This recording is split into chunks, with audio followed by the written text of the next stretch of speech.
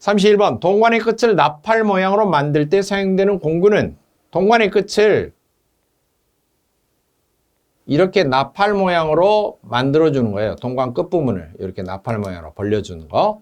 이 나팔 모양으로 벌려주는 것을 벌리는 것을 플레어 벌어진 것을 이걸 벌려주는 것은 플레어링 작업을 한다 이렇게 이야기하고 벌려주는 공구는 공구 툴 그래서 플레어링 툴이라고도 합니다. 그리고 이건 원래 플레어링 툴은 동관을 고정시켜주는 블럭과 동관을 벌려주는 스웨이징으로 이루어져서 두 개가 한 세트가 돼야 돼요. 그래서 보통 플레어링 툴 세트라고도 부르고 셋 이렇게 부르기도 합니다. 그 다음에 익스펜더는 동관을 벌려줄 때 이렇게 된 동관을 이렇게 벌려주는 이거 완전히 확관을 하는 것을 익스펜더라고 하고요. 확관을 하면은 똑같은 사이즈 동관을 삽입해서 중간을 납땜을 합니다. 이런 용도로 쓰기 위해서 익스펜더라고 하고요. 그 다음에 파이프 커터는 커터, 절단기죠. 근데 동관을 커터하는 경우는 튜브 커터라고 보통 많이 부르고 연지를 연하면서 열교환 목적으로 하는 것은 튜브 그렇게 부르고 파이프 커터 그러면 강관을 자를 때 사용하는 커터기를 보통 강관 커터 또는 파이프 커터라고 부르고요.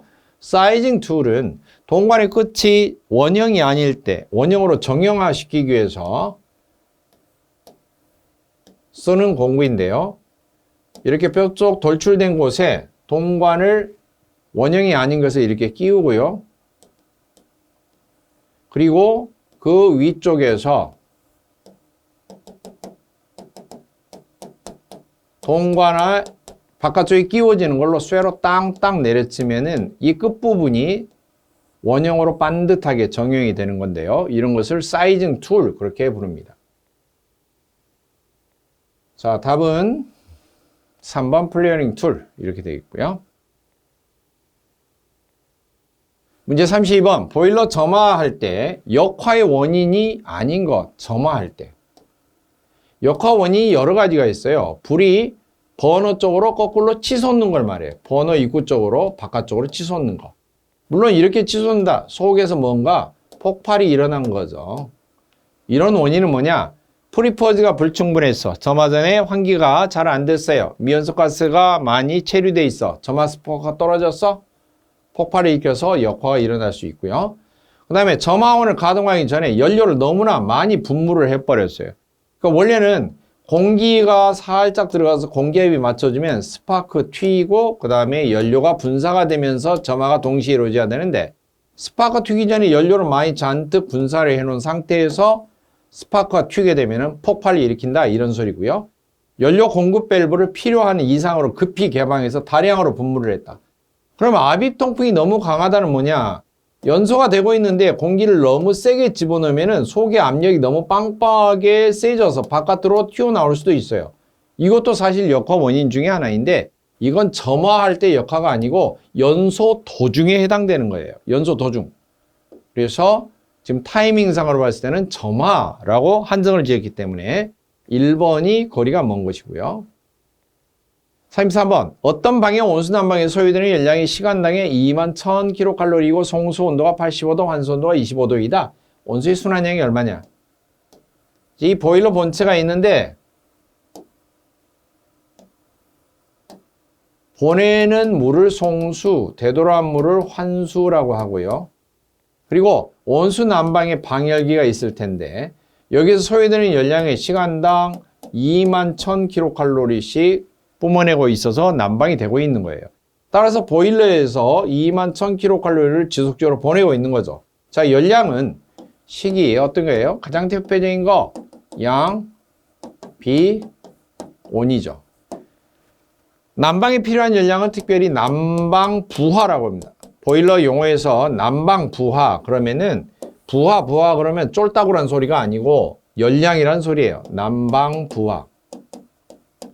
난방에 필요한 열량은 양이 무슨 양이냐 하면은 온수 순환량. 온수를 보내서 순환을 시켜서 난방을 하니까. 온수 비열. 온도는 송수하고 뜨거운 물 보내는 것하고 방에서 열 방출하고 식어서 되돌아온 물하고 이 온도차. 송수하고 한수 온도차. 그럼 온수 순환량은 어떻게 구해요? 온수 비율과 온수의 온도차를 옮겨서 반대쪽으로 옮겨서 나누기로 이항 정리하면 되겠죠. 따라서 식을 다시 쓰면은 난방 부하는 온수 순환량 곱하기 온수 비열 곱하기 송수 빼기 환수 온도. 온수 순환량 구하려면 옮겨서 이항 정리 나누기로 하면 되니까 난방 부하를 이걸로 나누면 되겠죠. 난방 부하가 21,000. 온수 비열 물이죠. 1입니다. 굳이 문제 조건에 없어도 온수 물의 비열이니까 1이죠. 곱하기 온수 온도차는 송수가 85도, 환수가 25도.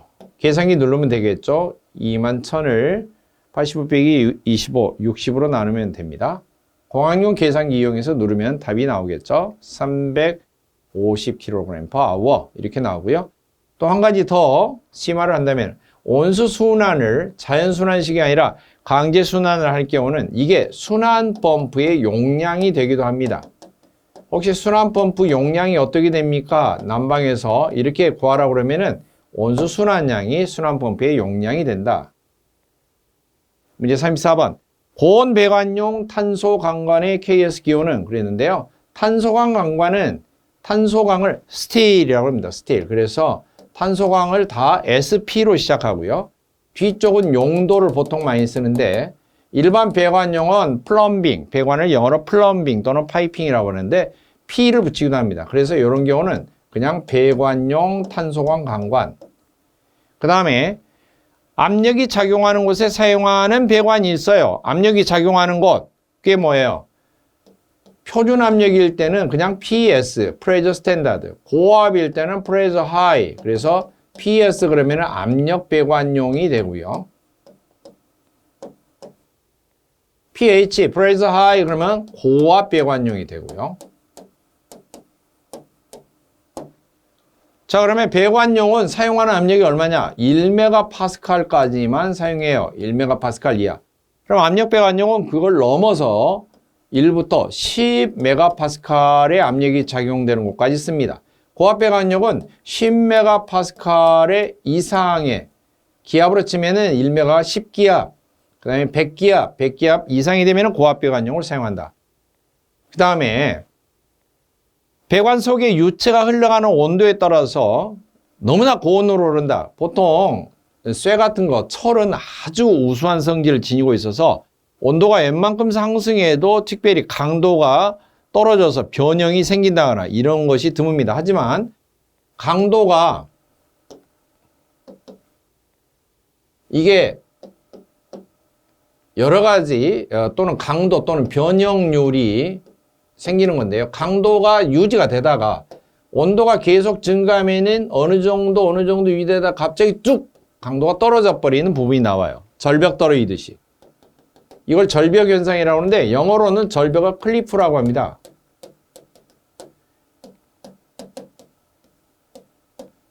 실베스터 스텔론이 주연했던 클리프 행어가 있죠. 절벽에 매달린, 대롱대롱 매달린 사람, 암벽 등반가를 클리프 행어라고 하는데 이런 것을 클리프 현상이라고 하는데 강철에서는 클리프 현상이 보통 몇 도에서 발생하느냐 이런 현상이 350도부터 발생합니다. 따라서 350도 이상의 고온 상황에서는 일반 탄소광 강관을 사용하면은 뜨거운 열에 의해서 변형이 너무나 증가하기 때문에 버티지를 못해요. 그래서 고온용으로 사용한다 그러면은 high temperature, HT. 저온용으로 사용한다. 또 저온용이면은 0도 이하로 떨어지면 충격에 견디는 힘이 약해져요. 웬만큼 강철 종류는 충격을 줘도 깨지거나 이런 게 없죠. 변형이 될 망정. 그런데 충격치가 떨어진다는 말은 충격이 못 견딘다. 이런 소리입니다. 0도 이하부터 계속 지속적으로 떨어져서 영하 70도 정도로 내려가게 되면은 정말 충격치가 거의 사라지는, 파삭파삭 깨질 수 있는 그런 상황이 됩니다. 그래서 강철도 깨집니다. 일반 주철의 충격이 약한 것처럼. 그렇게 0도 이하로, 빙점 이하로 온도가 떨어지는 곳에는 특별히 저온 배관용을 사용합니다. low temperature. high temperature는 고온 배관용. LT는 low temperature에서 저온 배관용. 고온 배관용은 특별히 온도가 350도 이상인 경우에 고온일 때 쓰고 저온 배관용은 0도 빙점 이하일 때 저온 배관용을 쓰고요. 그래서 SPHT 그러면 하이 템퍼리처 고온용이고 SPLT, LT 로우 템퍼리처 저온용이고 SPPS는 PS 프레셔 스탠다드 압력 배관용 프레셔 스탠다드.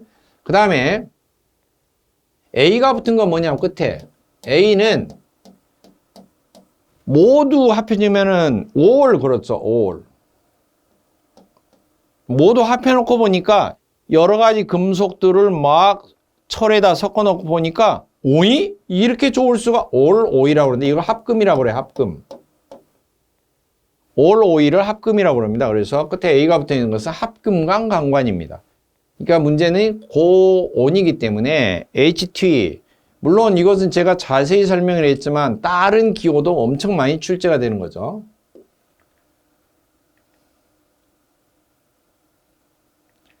(35번) 사용 중인 보일러 점화 전에 준비사항, 주의사항으로 틀린 것. 점화 전입니다. 전. 연료계통 점검한다. 밸브의 개폐 상태를 확인한다. 수면기 수위도 확인한다. 다 자동 제어도 확인한다. 여러 가지 다 확인합니다. 그리고 점화 전에 반드시 프리포즈 해야죠. 프리포즈를 할 때는 연도 쪽에 있는 댐퍼 열고 해야죠. 닫고 댐퍼가 배기가스 빠져나가는 통로에 열고 닫고 하는 개폐하는 문 역할을 하는 곳인데 이걸 닫아놓고 프리포즈를 한다. 이거 있을 수가 없는 기술이죠. 답은 3번이죠. 닫고가 아니고 열고. 문제 36번. 관 속에 흐르는 유체 종류를 나타내는 기호 중에 증기를 나타내는 것. 이 관은 평면도에서 배관 도면일 때는 실선으로 배관을 표시해요. 그래서 배관의 재질 표시할 때도 이렇게 45도로 인출선을 해서 여기다 표시를 하고요. 또는 직접 관 위에다 쓰기도 해요. SPP. 또 관경도 쓰기도 해요. 25A. 이렇게 쓰기도 하죠. 그리고 관 위에 인출선으로 이렇게 해서 화살표로 뭔가 기호를 쓰는데요. 관의 높이도 표시하는 방법도 있고 또 하나는 영어 이니셜로 한 글자씩 써서 가령 S, 증기, 스팀, W, 워터, 물이 흐른다. O, 오일, 기름이 흐른다. A, 에어, 공기가 흐른다. 이런 것 등등으로 구분할 수가 있습니다. G, 가스가 흐른다. 이렇게 할 수가 있고요. 따라서 증기가 흐른다. S를 나타낼 수가 있습니다. 문제 37번. 온수난방법 중에서 고온수 난방에 사용되는 온수의 온도는 온수의 난방은 온수 방열기를 사용하는 경우를 말하죠. 그런데 이 방열기를 사용할 때 방열기 온도가 온수의 온도가 즉 100도가 넘어가느냐 100도 밑에냐에 따라서 고온수냐 저온수냐. 근데 사실 저온수는 100도 밑에니까 저온수가 아니고 원래는 이제 보통 온수식이라고 하는데 보통 많이 사용하는 온수입니다. 이건 한 8, 90도. 100도가 넘어가면 고온수식 그렇게 구분을 하고요. 그리고 60, 70도는 방열기가 아니고요. 온수 난방이 아니라 복사 난방할 때 온수 온돌이라고도 하죠. 가정에서 사용하는 방바닥이 매설된 배관에 보통 한 6, 70도 정도의 온수가 흘러가서 방바닥을 난방을 합니다. 그거랑은 좀 다르죠. 1번이 답이 됩니다. 38번 보일러 수위에 대한 설명으로서 옳은 거. 수위 정문에서 학생들 지켜보시는 분이 아니고 물높이를 뜻하죠. 과하거나 부족함이 없이 항상 상용 수위를 유지하는 게 좋다. 표준적인 수명인데요. 상용 수위를 유지하는 게 보통 뭐냐면은 수명계 반절이에요. 수명계 2분의 1로 나올 수도 있고 좀 웃음의 소리지만 수명계 50% 높이 이렇게 나올 수도 있죠.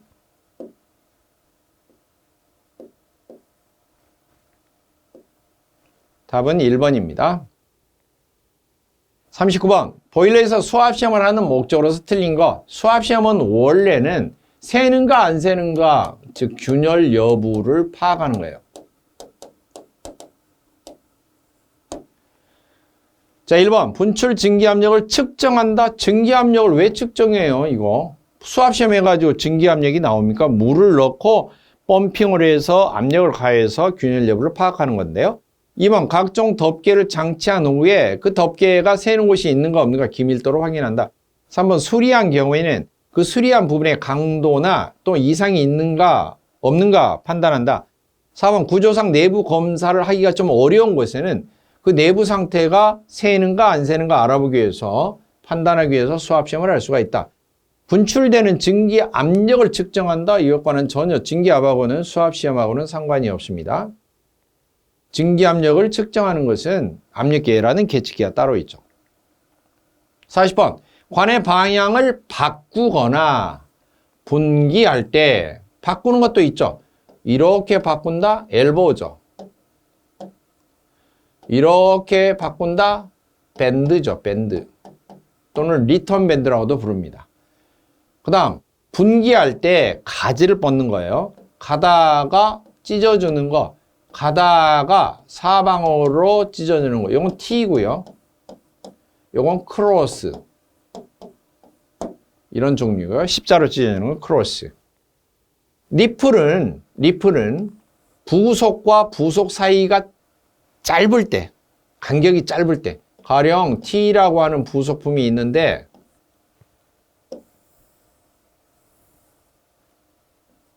배관이 연결되어 있어요. 근데 도면상으로 바로 이 T가 또 밑으로 가는 이런 T가 또 연결되어 있어서 요 사이가 너무 짧아요. 일반적인 배관으로는 배관을 깎아서 나사를 절삭을 해서 연결할 수 있는 길이가 아니에요. 나사 절삭기로 절삭할 수 있는 길이가 한계치 가장 짧은 게 한 90mm 정도 내외거든요.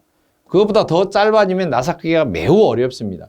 근데 바짝 붙어 있어요. 부속과 부속 사이가. 그러면은 부속품 자체가 양쪽으로 아예 주철제로 나사만 나 있는 게 있어요. 이렇게. 그럼 부속과 부속을 바로 이 나사에다 바로 연결할 수 있는 주철제 부속이 있는데 그게 니플이에요. 그래서 니플은 방향 전환이 없죠. 그냥 반듯하게 부속과 부속 사이가 짧을 때 연결하는 부품입니다. 41번 보일러 운전이 끝난 후에 노내 연도에 체류하고 있는 가연성 가스 또는 미연소 가스를 배출하는 거 운전이 끝난 후입니다. 영어로 뭐뭐 후 포스트라고 합니다. 뭐뭐 전 프리라고 합니다. PRE free 자유가 아니고 free.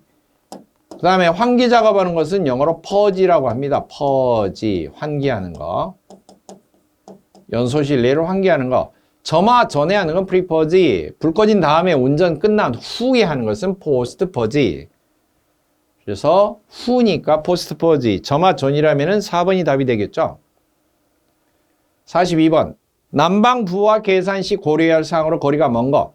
난방 부하는 설명을 몇 차례 드렸지만 실내에 있는 열이 바깥으로 빠져나가는 손실부터 고려를 해야 된다.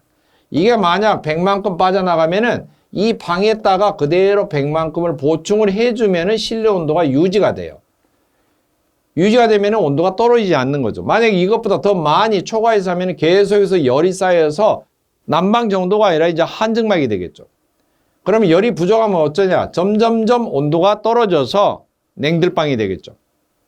따라서 손실되는 걸 고려하면은 유리창이나 문의 크기, 유리창으로 유리로 전도되어서 관통돼서 빠져나가는 열 다르고, 문도 다르고, 벽체 두께에 따라서도 다르고, 면적에 따라서도 다르고, 현관 등의 공간, 건물의 위치가 동서남북이 있느냐, 햇빛이 평소에 잘 들어서 창문으로도 햇빛이 스며드는 곳이냐, 북서풍을 바로 다이렉트로 받는 곳이냐, 방위에 따라서도 달라집니다. 손실되는 열량이.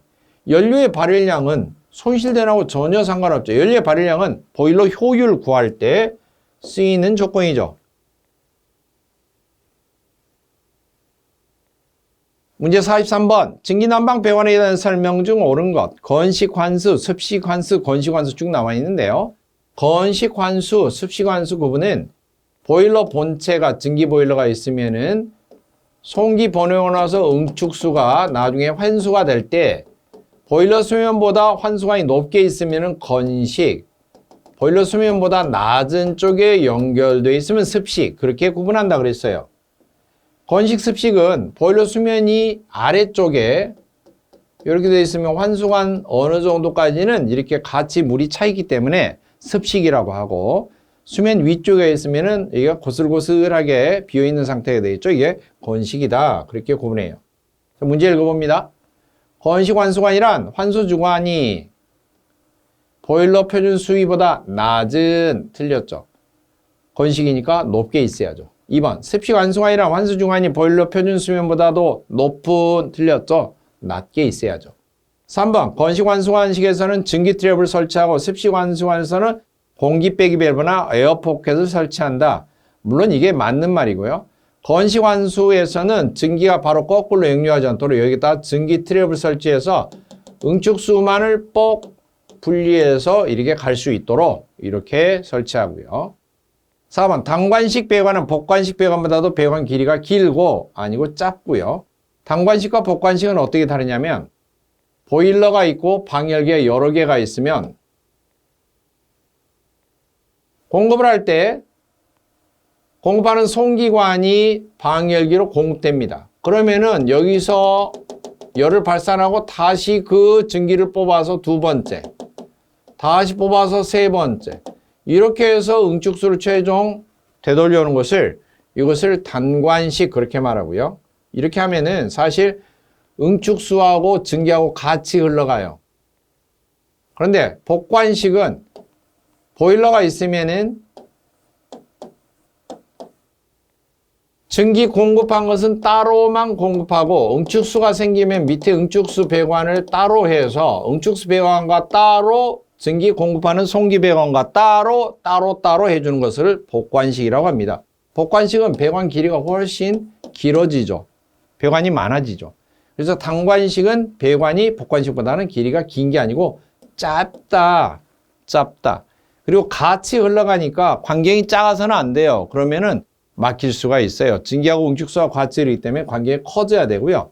그리고 사실 응축수 회수가 좋지 않고 증기 공급이 원활하게 되지 않아서 규모가 작은 곳, 단층 건물 몇 개 방열기가 없는 곳에서나 단관식을 사용하고, 대규모 난방에서는 반드시 단관식이 아니고 복관식을 사용해야죠.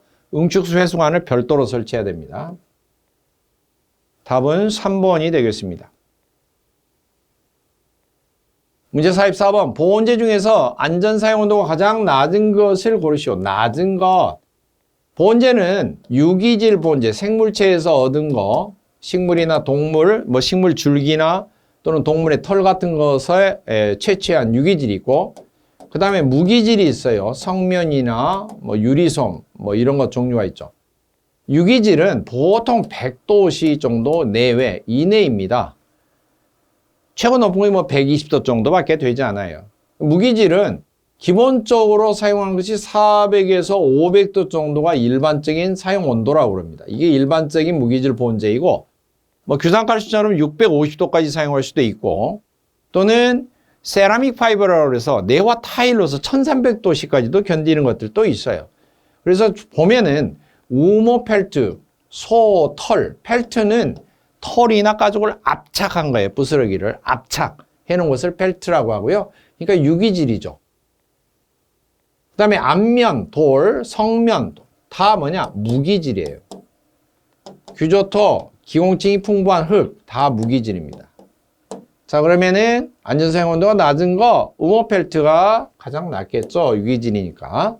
보통 유기질 보온재가 탄화 코르크 나무의 줄기를 탄화, 단단하게 만든 거 탄화시켜서 코쿠스처럼, 그 다음에 플라스틱 폼, 폴리스틸렌 폼, 우레탄 폼, 거품 종류로 압착한 거, 원유로 가공해서 나오는 거죠.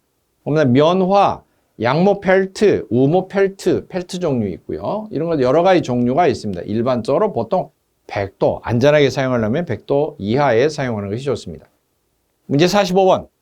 온수 방열기의 공기 빼기 밸브 위치로서 가장 적당한 것. 물하고 공기하고 섞여 있어요. 공기가 어떻게 되겠어요? 밑에 가라앉겠어요? 아니죠. 위로 떠오르죠. 그러니까 방열기 같으면은 온수가 들어왔다. 빠져나간다. 상부해가 고여요. 그런데 다시 회수되는 곳에 공기가 딸려 나가면 안 되니까 나가는 출구 쪽에 제일 높은 부분에 공기 빼기 밸브를 자동으로 빠질 수 있도록 설치하는 게 좋다. 예, 방열기 어디에요? 상부 쪽이 가장 적당하겠죠. 46번 보일러 분출 시 유의사항으로 틀린 거. 분출 작업은 밑바닥에서 보일러의 농축수를 배출하는 거죠.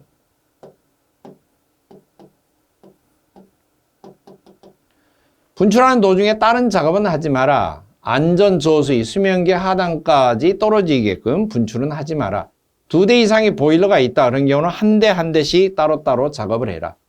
계속 운전 중인 경우는 보통은 밤에 가동을 중지하는 경우는 아침에 점화 전에, 즉 가동 전에 하는 것이 정답이고요. 가동 전에 밤중에 가동을 안 하고 놔두면 농축사 밑에 다 이렇게 침전이 돼서 깔아앉기 때문에 그걸 빼라는 것이고 24시간 동안 계속 운전 중인 보일러는 불을 가장 약하게 떼고 있을 때 불을 세게 떼면은 순환이 너무나 활발하게 되어서 농축된 찌꺼기 밑에 깔아앉지를 않아요. 그러니까 불을 가장 약하게 뗄 때, 부하가 가장 클 때가 아니고 작을 때 해야 되겠죠. 문제 47번. 온도 조절식 트랩으로서 응축수와 함께 저온의 공기도 통과시키는 특성이 있고 진공환수식 증기병원에서 방열기용 트랩, 관말 트랩, 이 방열기용 트랩 설명한 적 있죠? 열동식 트랩, 벨로우즈 트랩 같은 말이에요. 열동식 트랩을 벨로우즈 트랩이라고도 하는데 방열기용으로 사용이 됩니다. 그 다음에 버킷 트랩, 플로트 트랩은 기계적 트랩인데요. 트랩 설명할 때 버킷 트랩 그러면은 상향식이다, 하향식이 있다. 이런 설명 특징이 나오면 버킷 트랩. 플로트 트랩은 부자식 트랩이라고도 하고요. 또는 같은 말로 응축수가 엄청 많이 생성되는 곳에 주로 사용한다 그래서 다량 트랩이라고도 합니다. 응축수가 대량으로 생성되는 곳에. 그리고 메이폴리드 트랩은 있지 않고요. 자, 그래서 답은 열동식 트랩이 답이 됩니다. 기계적 트랩은 응축수와 증기의 무게 차이, 비중 차이가 나는 걸 이용하고 응축수가 밑에 깔아앉고 증기가 뜨는 현상을 이용합니다. 버킷 트랩, 플로트 트랩이 있고요. 온도 조절 트랩은 응축수하고 증기하고 온도 차이가 나죠. 증기가 좀 뜨겁고 응축수는 좀 식어서 온도가 떨어지죠. 종류로는 벨로우즈 트랩과 바이메탈형이 있고 열동식이라고도 합니다. 벨로우즈를. 그다음에 연력학적 트랩은 응축수와 증기의 연력학적인 압력, 온도 여러 가지 종합적인 특성 차이가 있는데 그걸 이용하는 트랩이고 오리피스와 디스크형이 있습니다. 방열기용으로 쓰이는 관말 트랩은 벨로우즈. 용도가 대부분 딱 이렇게 정해져 있는 특징이기 때문에 암기하시면 도움이 되겠죠. 문제 48번. 온수난방 특징에 대한 설명으로 틀린 거. 온수난방 항상 비교할 때 증기난방과 비교해요. 온수난방은 여러분들 집에 있는 온수난방을 뜻한 게 아니고 여러분 집에 있는 것은 복사난방이죠. 온수난방, 증기난방은 뭐 어떤 특징이에요? 방열기를, 온수방열기를 사용했다 또는 증기방열기를 사용했다 이거죠. 온수방열기는 약 80도 정도이고 증기방열기 표준이 102도까지가 됩니다. 엄청 뜨겁죠. 화상의 우려가 크고요. 이건 대신에 온수난방은 화상의 우려는 적습니다. 그리고 증기가 102도나 되기 때문에 공기가 너무 뜨거워서 대류 현상이 너무 빨리빨리 일어나요. 피부에 막 바람이 부딪히는 게 느껴질 정도로 대류 현상이 실내에서 활발하게 일어나는데 피부에 바람이 자꾸 부딪히는 거 쾌감도가 안 좋습니다. 그리고 온도차가 좀 나지 않고 전체적으로 온도가 똑같으면서 공기가 흐르지 않고 잔잔하게 멈춰있는 정지 공기 상태에서 쾌감도가 높아지는데 대류 현상이 증기는 심해서 훨씬 쾌감도가 떨어집니다. 온수난방이 그만큼 쾌감도가 좋은 것이고 물론 가장 쾌감도가 좋은 것은 복사난방이죠. 요건 타의 추정을 보러 하죠.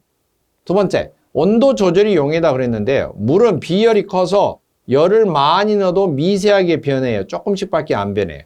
그런데 증기는 비열이 작아서 작은 열을 집어넣어도 온도가 너무 급변을 해요. 증기는. 너무나 급변하기 때문에 그걸 고정적으로 딱 조절하기가 힘들어요. 근데 온수난방은 증기난방에 비해서 온도 조절하기가 좋습니다. 그런데 물은 보일러 전체뿐만 아니라 모든 배관, 방열기 전체, 되돌아오는 강까지 다 물이 다 차 있기 때문에 수량이 엄청 많죠. 이 많은 물을 다 데피려면 예열 시간이 짧다가 아니고 길게 걸리는 거죠.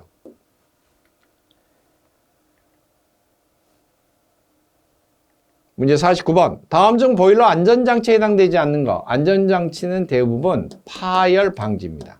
파손 방지. 터지는 것을 막아주는 거. 파열. 터지는 걸 막아주는 거죠. 자, 방출 밸브 그랬는데요. 방출 밸브는 압력 방출을 해주는 거예요. 압력이 초과됐을 때 밖으로 빼주는 거죠. 안전 밸브도 그 역할을 하고 있고 방출 밸브도 하고 있죠. 방출 밸브와 안전 밸브는 뭐 크게 비교하면 안전 밸브는 스프링이 장력이 튼튼한 거, 방출 밸브는 조금 약한 거. 그래서 방출 밸브는 보통 온수용 보일러에 부착이 되고 120도를 기준으로 해서 120도가 초과되는 또 온수 보일러는 스프링식 안전 밸브, 본격적인 안전 밸브를 부착하고 120도 이하인 경우는 방출 밸브를 부착해요. 그것도 사이즈는 그냥 20A 정도만 부착하면 되죠. 이게 온수 보일러이고요. 그런데 증기 보일러는 방출 밸브가 아니고 안전 밸브를 부착해야죠. 사이즈도 25개 이상이고요. 개수는 2개 이상 부착을 해야 됩니다. 그 다음에 화염 검출기. 연소실 내부의 화염 상태를 감시를 하죠. 연소 도중에 불이 갑자기 꺼진 실화 또는 점화 초기에 불이 붙지 않는 불착화 등을 감시해서 연료만 분사가 되는 일이 없도록. 불이 꺼졌는데 연료만 계속 분사되고 있다? 그럼 나중에 모르고 스파크가 튀었다. 그러면 폭발을 일으키죠. 그런 경우를 방지하기 위해서 화염 검출기가 달려있고. 그 다음에 방폭문. 혹시 연소실이 폭발하더라도 폭발한 가스가 버너 입구 쪽으로 튕겨나와서 보일러 터지는 걸 막아주고 연소실 뒤쪽에 열릴 수 있는 문이 설치되어 있어서 연소실이 폭발하면 폭발한 가스가 뒷문이 열리면서 폭발가스가 뒤로 빡 빠져나가도록 해주는 거. 폭발에 방비한 문. 그래서 방폭문이라고 합니다. 가마 밸브는 보일러에서 발생한 고압의 증기를 사용처에 사용하기 적당한 압력으로 증기 압력을 줄여주는, 증기 압력을 조절해주는 장치입니다. 가스 장치 같은 경우에 보면은 가스 압력 조정 밸브, 가스 압력 조정 밸브하고 역할이 똑같은 것이다. 그렇게 생각하시면 되고요. 해당 사항 없는 거, 안전장치 아닌 거, 가마 밸브가 되겠죠. 안전장치 종류로는 안전 밸브, 화염 검출기, 압력 제한기, 설정 압력을 감시하고 있다가 설정 압력 초과되면은 전자 밸브가 연료를 차단할 수 있도록 신호를 보내줍니다. 그 다음에 버너 직전에 설치해서 연료를 직접 차단하는 전자 밸브, 그 다음에 방폭문, 그 다음에 물높이 감시하고 있는 고저수위 검출기, 고저수위 경보기, 그 다음에 연소실 상부의 쐐기 모양으로 납이나 주석으로 만들어서 마개 모양으로 막아놓는 가용마개, 물이 떨어져서 저수위가 될 때 용해가 되어서 증기가 새어나오도록 해주는 것. 자, 50번. 배관계의 식별 표지는 물질의 종류에 따라 달리한다. 물질과 식별하는 색깔이 연결이 틀린 것. 급수배관의 물은 파란색으로 보통 본 테이프를 감아서 표시를 하고요. 증기관은 어두운 적색. 그 다음에 가스관은 연한 노란색. 이건 이제 본젤을 씌우거나 본 테이프가 아니고요. 노출배관으로 황색으로 페인트를 칠하는 거죠. 부식을 방지하기 위해서. 기름은 연한 주황색이 아니고요. 기름 자체는 어두운 황색, 연한 주황색이 아니고, 자, 그러면은 물은 청색, 증기는 어두운 적색, 가스는 황색, 노란색이죠. 그 다음에 기름은 어두운 적색 이렇게 돼 있고요. 이거 위에 살펴보면은 구분, 용수, 냉수용은 청색, 온수용으로 사용하는 것은 분홍색 이렇게 할 수 있고, 그 다음에 스팀, 증기관은 어두운 적색으로, 그 다음에 연료관은 벙커스임이나 열매체유, 기름 종류는 고동색 그랬는데 진한 황색, 짙은 황색, 어두운 황색이라고 보시면 되고요. LPG는 말 그대로 그냥 황색, 노란색입니다. 그 다음에 여기 이제 가스 종류 막 이렇게 되어 있는데요. 기름, 뭐 어두운 주황색 이렇게 돼 있고, 수소, 질소, 가스. 수소는 용기 색깔을 갖고 질소도 마찬가지고요. 51번 보일러 첨관제 중에 보일러수 연화제로 사용되지 않는 것. 첨관제, 보일러 안으로 들어가 있는 물을 불순물로 인한 여러 가지 장애가 일어나지 않도록 써주는 약품, 약재, 그것을 전부 다 첨관제라고 합니다. 첨관제 종류는 엄청 많죠. 첨관제는 시험 문제 별도로 잘 나오고요. pH, 알칼리성으로 맞춰주는 pH 조정제. 그 다음에 경수를 연수로 만들어주는 연화제. 슬러지 조정제. 뭐 등등 많이 있고요. 뭐 포밍 방지제도 있고. 그 다음에 가성 취하 방지제.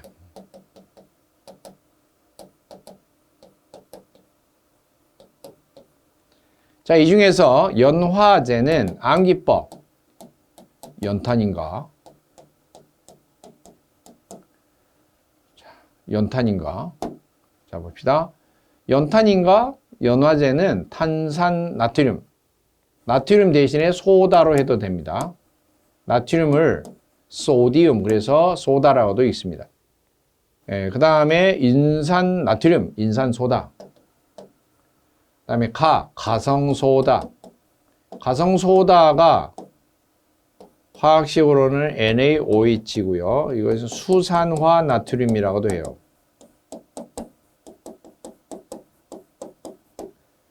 OH, H가 수소, 산소, O가 산소, 수산기하고 결합된 나트륨, 수산화 나트륨.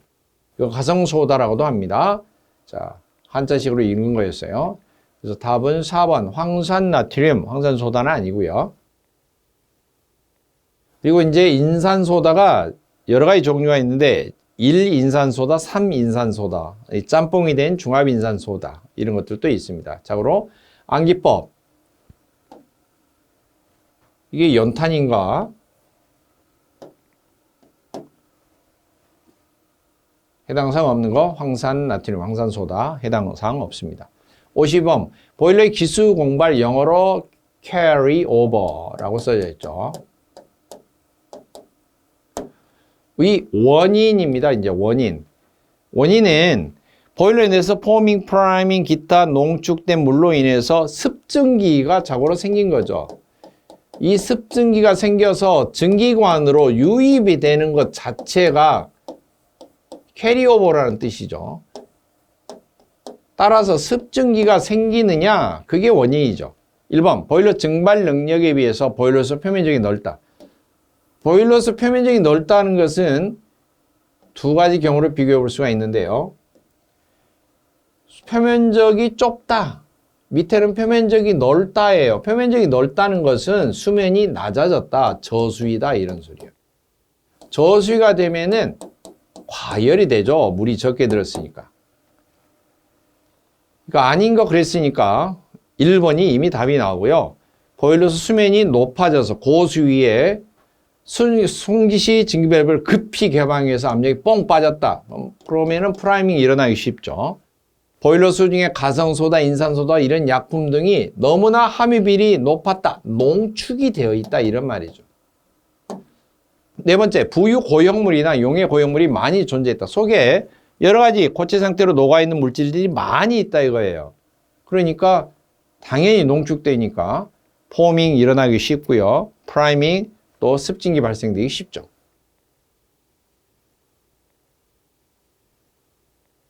표면적이 좁다, 고수위. 표면적이 넓다. 그러니까 이것은 표면적이 좁다 요것을 다른 식으로는 뭐라고 그러냐면은 수부가 물이 담겨져 있는 부분이 크다, 수부가 크다 그렇게도 이야기하고요. 요것은 표면적이 넓다 대신에 수부가 작다 그렇게도 이야기해요. 물이 차지하는 부분이 작다. 53번 보일러에 사용되는 안전밸브 및 압력 방출 장치 크기를 20A 이상으로 해도 되는 경우 보일러가 아닌 거 그랬는데요. 증기 보일러는 보통 25A 이상인데 특별한 경우는 20A로 해도 됩니다. 물론 보일러 용량이 아주 작은 특별한 케이스인데요. 첫 번째, 소용량 강철제 보일러로 된 거. 두 번째, 최대 증발량 5톤/아워 이하인 관류 보일러. 관류 보일러에서는 증발량이 5톤 이하인 경우에는 안전벨브를 20A로 해도 됩니다. 최고 상용력이 1메가파스칼 이하인 보일러로 전면적 5제곱미터. 1메가가 아니고 0.5메가파스칼 이하이면서 보일러 전면적이 5제곱미터 이하인 것. 최고 사용압력이 0.1메가파스칼 이하인 보일러. 그래서 3번이 틀린 조건, 압력 조건이 틀렸고요. 문제 54번. 추진기관에서 전기의 건도를 향상시키는 방법으로 적당하지 않는 것. 건도를 향상시킨다. 아무래도 습기가 좀 섞여 있는 거죠. 그래서 이것을 빼려면 어떻게 해야 되느냐. 압력은 그대로 두고 가열해서 열을 더 가해서 과열 증기로 만들어 주거나 또는 전기관에서 응축수가 될 만한 또는 물기가 되어서 그 습진 중에 섞여 있는 물방울, 물기가 식어서 고인 드레인, 응축수를 갖다가 제거할 수 있는, 고일 수 있는, 그래서 분리해낼 수 있는 드레인 포켓을 설치하거나 증기 공간 내에 있는 불응축가스, 공기 등을 제거하거나 또는 기수분리기, 증기에 있는 물방울 자체를 분리하는 수관식 보일러에서 기수분리기를 설치해서 제거를 하거나 자, 가압에서 증기의 압력을 높이면 어떻게 되느냐 하면은 이 pH 선도, pH 그래프에 보면은요 이게 엔탈피고 같은 열량을 지니고 있는데 이게 압력인데요. 요건 포화수를 나타내는 선. 끝에 가면 임계점. 요것은 건포화 증기를 나타내는 선.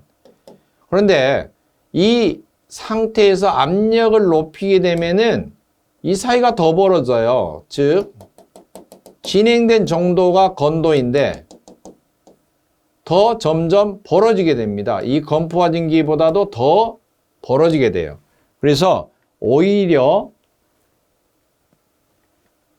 건도가 향상이 되는 게 아니라 건도가 떨어지게 됩니다. 그래서 이런 경우는 냉동을 같이 공부하신 분은 쉽게 그래프를 보고 이해할 수가 있는데 한번 그래프를 보시면 이렇습니다. pH 선도에서 이게 압력이고요.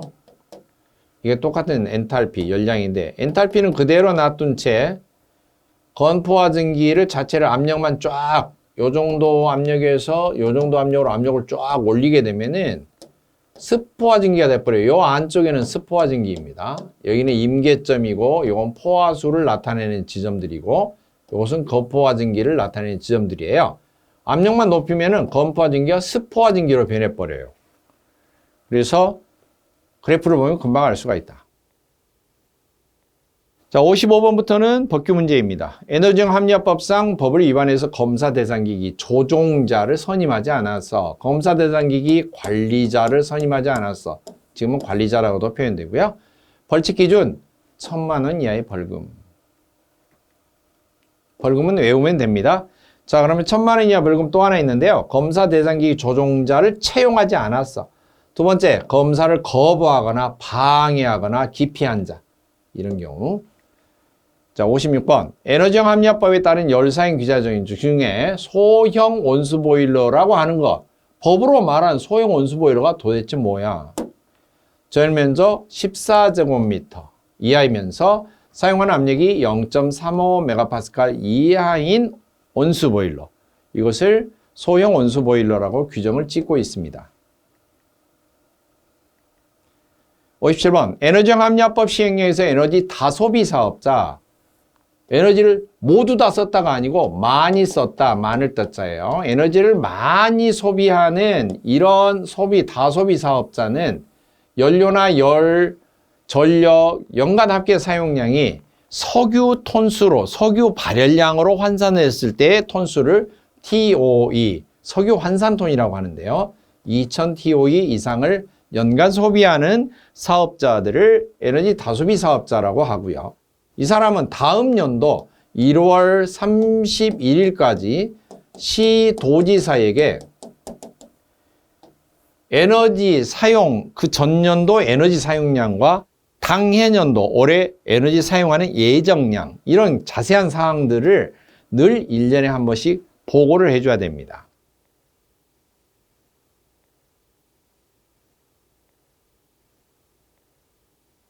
58번 에너지형 합리화법상 에너지 소비 효율 등급을 면 또는 에너지 소비 효율 해당 효율관리 기자재에 표시를 할 수 있도록 효율관리 기자재의 에너지 사용량을 측정하는 기관을 뭐라고 하느냐.